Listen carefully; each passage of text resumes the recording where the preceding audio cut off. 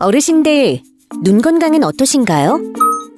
현재 우리나라는 60세 인구 비율이 높아지고 있으며 노화로 인한 노인성 안질환 발병률이 증가하고 있습니다. 그러나 최근 통계 자료에 따르면 응답자의 70% 이상이 노화가 자연스러운 현상이라고 생각해서라며 안과 진료를 받지 않고 있다고 답했습니다. 노화로 인해 발병될 수 있는 백내장, 녹내장, 황만변성 등 대표적인 노인성 안질환들은 제때 적절한 치료를 받지 않으면 실명에 이를 수도 있습니다. 눈 건강은 삶에 있어서 매우 중요한 요소 중 하나입니다. 그렇다면 우리의 소중한 눈 건강을 위해 어떻게 해야 할까요?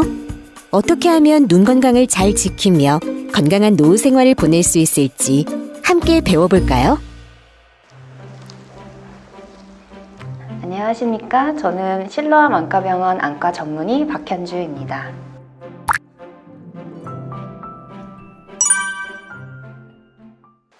노인성 안과 질환에는 크게 백내장, 녹내장, 황반변성이 있습니다. 이 눈의 구조를 보면서 설명을 드리면 눈에서 빛이 들어와서 통과를 하는데 여기 보시면 이 투명한 구조를 수정체라고 하고 이 구조가 혼탁해지는 질환이 백내장입니다. 그리고 이 수정체를 통과한 빛이 도달하면서 상을 맺히는 이 전체적인 신경 조직을 망막이라고 하는데 이 중에서도 이 가운데 좀 어둡고 오목한 부분, 이 부분이 시력에서 가장 중요한 부분을 담당하는 황반이라는 곳이고 이곳에 퇴행성으로 문제가 생기는 것을 황반변성이라고 합니다. 그리고 망막에서 받아들인 시각 정보를 모아서 최종적으로 뇌로 전달해주는 신경 다발이 있는데 이곳에 문제가 생기는 것을 녹내장이라고 합니다. 먼저 백내장에 대해서 살펴보겠습니다. 백내장은 말씀드렸듯이 수정체가 혼탁해지는 질환으로서 빛이 혼탁해진 수정체를 통과하면서 이렇게 산란이 되기 때문에 주로 시력과 관련된 증상들이 나타나게 됩니다. 그래서 주요 증상은 시력이 떨어지고 뿌옇고 흐리게 보이고 겹쳐 보인다, 한눈으로 보아도 겹쳐 보인다 이런 증상으로 많이들 내원하시고 또 눈이 부시고 빛에 예민해지고 달무리 같은 것들이 많이 보인다는 증상도 많으시고 어두운 곳에서 특히 보는 것들이 점점 불편해진다는 증상이 많습니다. 또한 색감이 떨어지고 또 어떤 분들은 안경 도수를 자꾸 바꾸게 되는데 바꿔도 선명히 보이지 않는다 이런 증상으로도 많이 내원을 하십니다. 가장 큰 원인은 노화라고 볼 수 있고요. 그리고 나이가 드시게 되면 누구나 다 오시기 때문에 사실 질환이라기보다는 노화로 보는 것도 맞습니다. 그 외에 다친 적이 있거나 포도막염 등의 안과 질환 혹은 다른 안과적 수술 후에 혹은 당뇨 같은 전신 질환과 관련해서 혹은 스테로이드 같은 약물을 장기적으로 복용했을 때는 좀 더 이른 나이에 백내장이 오시기도 합니다.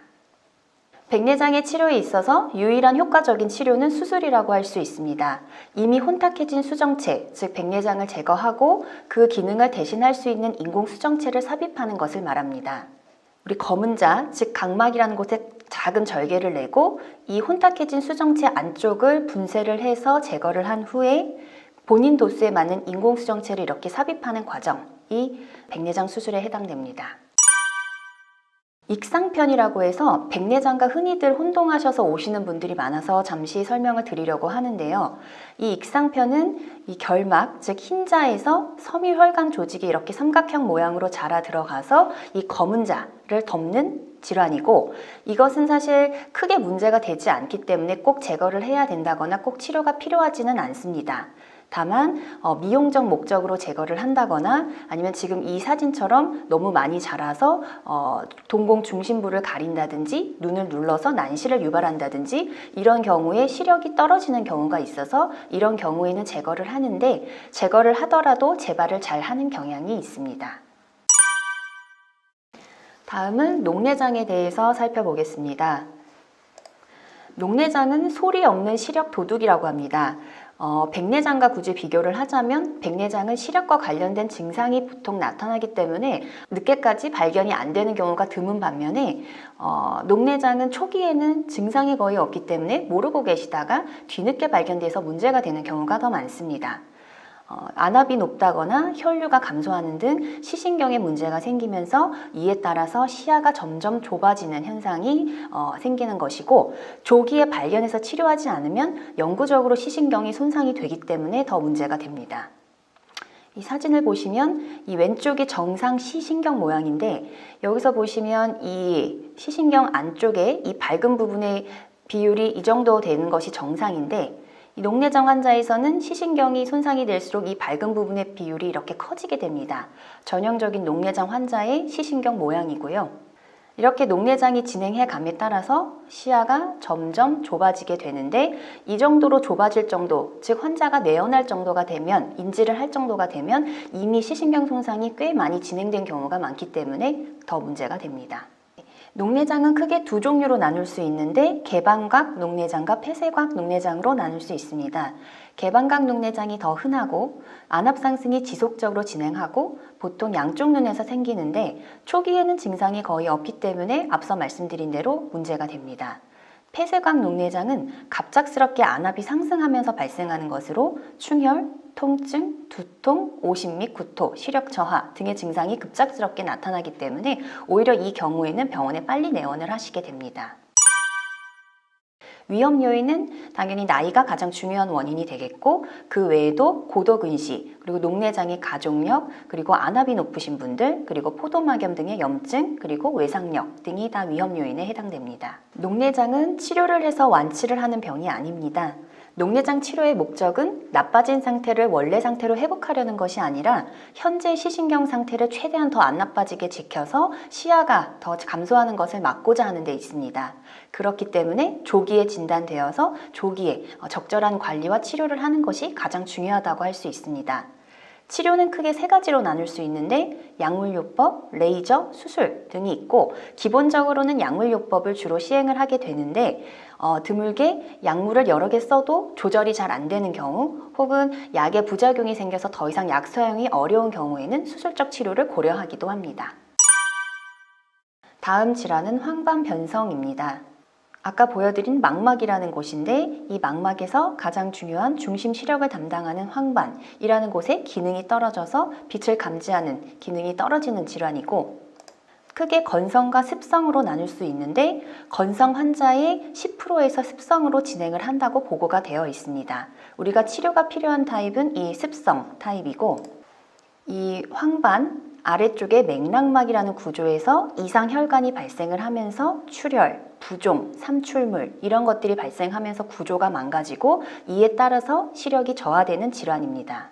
그래서 이렇게 출혈이 되거나 삼출물이 생기고, 나아가 이것이 치료가 안 되고 방치가 되면 나중에 흉터처럼 변하면서 더 이상 치료를 해도 시력 회복을 할 수 없는 상태에 다다르게 됩니다.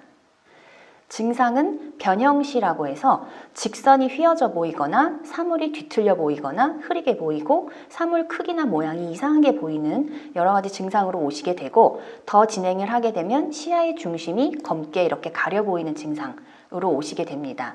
또 어떤 분들은 글씨를 읽을 때 가운데만 잘 못 읽겠다 하는 증상으로도 많이 오십니다. 위험 요인은 가장 큰 것이 나이이고, 그 다음에 흡연, 자외선, 유전적 요인 등이 관련되어 있다고 보고되어 있습니다. 치료는 흔히들 앙군의 주사라고 알고 계신데, 앙군의 항혈관 내피세포 성장인자 주입술을 주로 시행을 하고 있습니다. 그 외에 레이저 광응고술, 광역학요법 등의 치료 등도 있는데, 이 두 가지 치료는 정상 구조도 손상될 위험이 있기 때문에 현재는 1차적인 치료로는 잘 시행을 하지 않고 있습니다. 이 앙군의 항혈관 내피세포 성장인자 주입술은 보통 한 달 간격으로 3번의 주사를 기본으로 많이 시행을 하고, 그 이후에는 재발 여부나 진행 유무에 따라서 더 추가적인 주사를 시행을 하면서 경과를 보시게 됩니다. 가장 중요한 것은 세 질환 모두 정기적인 안과 검진을 통해서 초기에 진단을 받고 적절한 때에 적절한 치료와 관리를 받는 것이라고 볼 수 있습니다. 특히 위의 세 가지 질환은 60세가 넘어서면서 발병률이 급증하기 때문에 적어도 1년에 한 번씩은 백내장, 녹내장, 황반변성 등에 대한 검진을 받아보시는 것을 추천해 드립니다. 녹내장이 있거나 안압이 높다, 즉 녹내장의 위험성이 있다 하는 분들은 물구나무를 선다든지 거꾸로 매달린다든지 이런 운동들은 안압을 상승시킬 수 있는 요인이 될 수 있어 주의를 하시는 것이 좋습니다. 그리고 황반변성에 있어서 흡연이 황반변성 발생의 한 2~3배 정도 발병률을 높이는 것으로 많이 보고가 되어 있기 때문에 금연을 하시는 것이 황반변성의 예방에 도움이 되고, 강한 자외선을 쬐을 경우에는 선글라스 등을 착용을 하시는 것이 예방에 도움이 된다고 할 수 있습니다. 그리고 암슬러 격자라고 해서 집에서 스스로 자가 검진을 하실 수 있는 법이 있는데, 이 격자를 30cm 거리에 두시고 한눈씩 가리고 이 가운데 있는 검은 점을 보시면 됩니다. 이랬을 경우에 이 검은 점의 주변이 직선이 이렇게 휘어져 보이거나 아니면 그 앞 가운데에 점이 크게 암점으로 보이는 경우에는 안과에 내원하셔서 꼭 망막에 관한 검진을 받으시는 것이 좋습니다. 비문증으로 내원하시는 분들 많아서 간단히 준비를 해보았는데요. 비문증은 눈 구조에서 보시면 아까 말씀드린 수정체와 망막 사이의 공간을 채우는 젤 같은 구조를 우리가 유리체라고 하는데, 이 유리체라는 구조가 망막에서 떨어져 나가면서 생기는 부유물이 이 젤 안에 둥둥 떠다니는 것, 이것을 자각을 하시는 것을 비문증이라고 합니다. 환자분들은 주로 날파리가 갑자기 앞에서 떠다녀 보인다거나 앞에 여러 가지 부유물이 떠다녀 보인다, 그리고 밝은 데 나가면 더 심하다라는 증상으로 주로 내원을 하십니다. 하지만 이 비문증은 앞서 말씀드린 3가지 질환과 달리 특별히 치료를 필요로 하지 않고요. 그리고 시력에 영향을 주지 않습니다. 이 혼탁이 스스로 옅어지거나 본인 생활에 불편이 없을 정도로 적응이 될 때까지 기다리시면 됩니다.